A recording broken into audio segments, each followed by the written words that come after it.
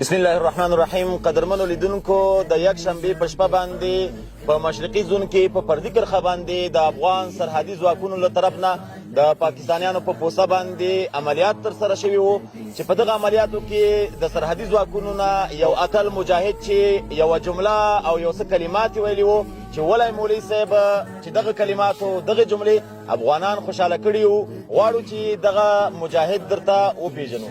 قاری صاحب محترم، په ابتدا کې که ځان معرفي کړي، د کوم ځای یاستئ او نوم مو څه دی او دنده مو څه دی؟ نوم مې ملنګیار حاجي خاکسار د کابل ولایت د مشرقي زون د 201 خالد ابن ولید قلی اردو د کونړ لومړی سرحدي لیوه د شپږم سرحدي کنډک رئیس ارکان. ماشاءالله. ملنګیار صاحب محترم، په دغه شپه باندې چې د سرحدي ځواکونو له طرف نه د پاکستانیانو په پوستو باندې عملیات وو، تاسو دغه عملیاتو کې دنده څه وه؟ دندم د رهبرۍ لخوا ته عمومي مسؤلیت د جنګ د دوه کلام د ساحې موږ سره و، یعنې د جنګ قمنداني ستاسو په غاړه ده. ماشاءالله.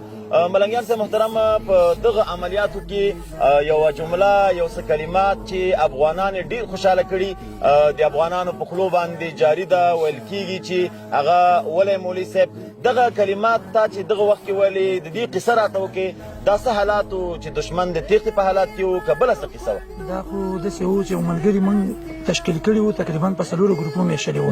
کله چې په دښمن تعرض شروع کړ، دښمن د پوستو په غاړه کې ولګېدل، څه په لیزر ولګېد، څه په هغه دغه دښمن څه وژل شوي وو، څه زخمیان وو. د زخمیانو کوکارې او چیغې د موږ غوږو پورې راغلې او د تېښتې په حالات کې و دښمن.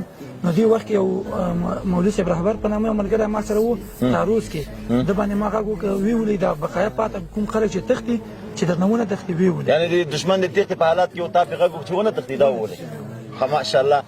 یقینا ملنګیار صاحب محترم، دغه کلمات او دغه جمله چې افغانان ته ډیره خوشحالي بخلې چې کله ستاسو دغه عملیات بریالي سو، کامیاب سوی، وروسته د دې نه چې دغه کلمات یا دغه جمله تا خپله د ملګرو نه یا اورېدله یا په میډیا کې، چونکې دغه ویډیو اول ما ته راغله چې ما کله واورېدله، ما ته هم ډېر خوند راکړ. نو بیا مې چې میډیا تعقیبوله، افغانان ډېر سخت په دې کلماتو باندې خوشحاله وو. تا چې اورېدله چې افغانان په دې کلماتو په دې جمله خوشحاله سوي دي، تا څه احساس کو دی وخت؟ ولا موږ ته هم ډېره واجبه ښکارېدله. دا د افغانانو خوشحالي دي، موږ خوشحالي ده، په دې ډېر خوشحاله یې. بس یعنې چې افغانان په دې خوشحاله سوي، تاسو په دې خوشحاله وئ.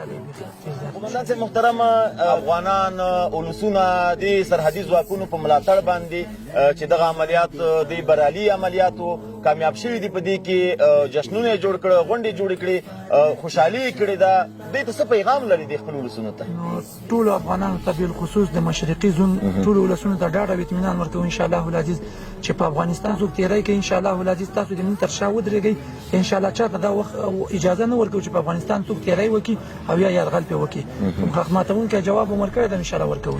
قومندان صاحب، په اخره کې دغه جمله او دغه کلمات چې افغانانو ته خوشحالي بخلې ده، ځینې افغانان دا یې په پرچو لیکلي، په دیوالو یې لیکلي چې وله مولوي صاحب که دا د کامرې مخې ته موږ او تاسو ناست یو، دغه کلمات را سره دوباره شریک کړي چې افغانان بیا پرې خوشحاله سي.